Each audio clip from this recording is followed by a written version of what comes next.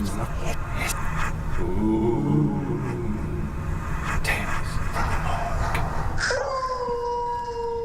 a newsroom, the archive of old notes and stories is called the Morgue. And as the world sinks into the abyss of long, dark nights, we are resurfacing some of the spookier stories from the depths of our morgue. In recent days, we've talked about unknown creatures in the woods of Maine.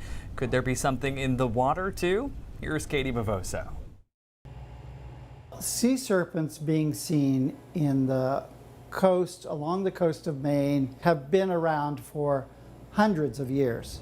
Deep in the chilly water of Casco Bay, some say a mystery lurks. One with reported sightings dating as far back as the birth of our nation.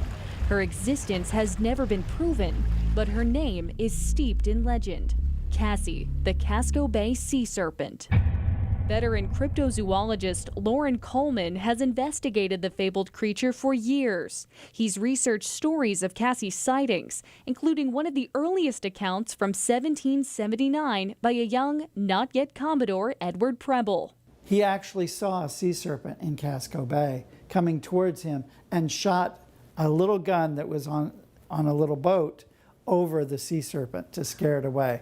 Coleman says despite the name, sea serpents would more likely be mammals than snake-like animals. His interest in Cassie is as much a fascination as it is the basis of his field. Cryptozoology is the study of undiscovered or unconfirmed animals.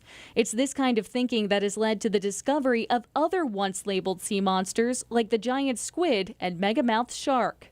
But it was a first-hand account in 1986 that keeps Coleman's curiosity of Cassie alive. I was giving a talk at the Appalachian Mountain Club, and a man came up towards the end and he said, "You should really talk to an old friend of mine." That man was then 81-year-old fisherman Ole Mickelson. He recounted to Coleman a day in June of 1958 when he and his first mate were fishing off the coast of Cape Elizabeth.